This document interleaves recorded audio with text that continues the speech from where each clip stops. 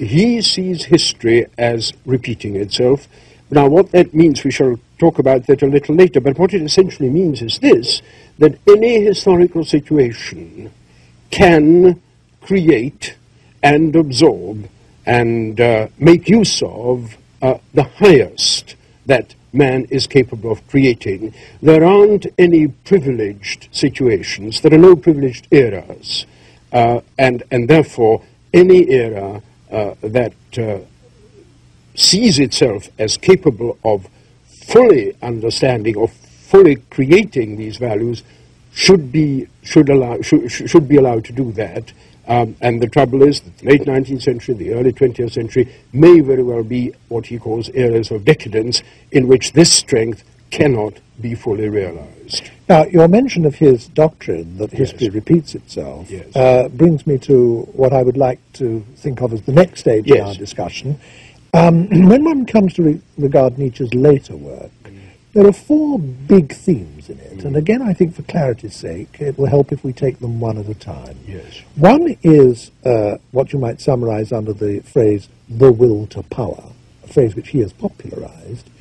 One is the Übermensch, or translated as the Superman, again, an invention of his that's entered our language. One is this doctrine you mentioned of the eternal recurrence of time. And the fourth, I would say, is his notion of the aesthetic understanding of life. Yes. Now, let's deal with those in order. Let's talk first about the will to power, which at one time he was going to give as a title to the summation of his life's work. Yes. What was this notion of his, of the will to power? Well, he takes the notion of the will from your own special philosopher Schopenhauer, of course, and he reverses the evaluation of that, where Schopenhauer regarded the will as the source of all evil in the world and as the source of man's unhappiness. He regards it as the strength of man's strength, the source of man's strength, and the cultivation, the permission to the will to enact what it can enact is part of a healthy culture. Now, the difficulty there, I think, is that this obviously brings you in conflict with other people, and therefore at this stage the will to power becomes a will to self-assertion, a will to usurpation of the other. But that's not all there is to the will. I think it's to be emphasized, not overemphasized, as some critics have done, but to be emphasized, that the will to power also turns itself inward, that is to say, it destroys within the self all that is weak, all that is comfortable, all that is simply,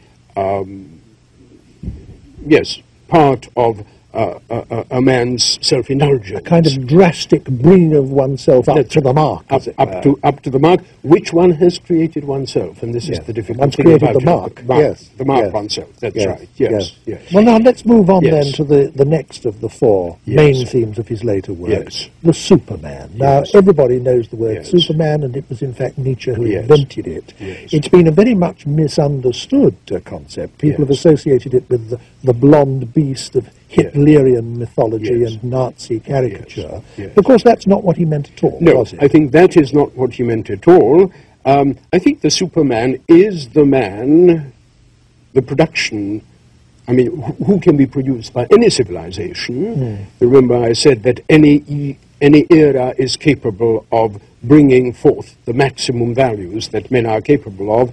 Superman is the man who lives all that the will to power will secure for him, lives it to the full, is capable of repeating his own willing ad infinitum. We're already arriving at the doctrine, at the most controversial of all the things, the most bizarre, if you like, of these views, the eternal recurrence. Yes, let's get there quite yet, because I want to unpack this notion of the Superman, which has played such an enormous role in the thought in the last 100 years, and been so abused and misused by the Nazis, for example.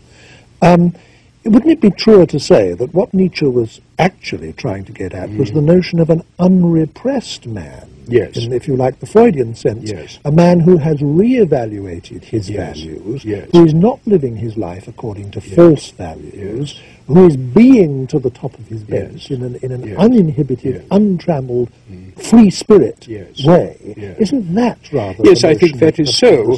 And but it would be a man who, without, as it were, restricting himself, would naturally, instinctively, not do any of the things that Nietzsche regards as evil. For instance, the one category that he comes out unequivocally, in his system is grudgingness, is what he calls ressentiment, is the grudgingness, the grudging admission of warmth, the grudging admission of success, and all these kind of things. Now, the Superman is one who naturally does not feel any of these things.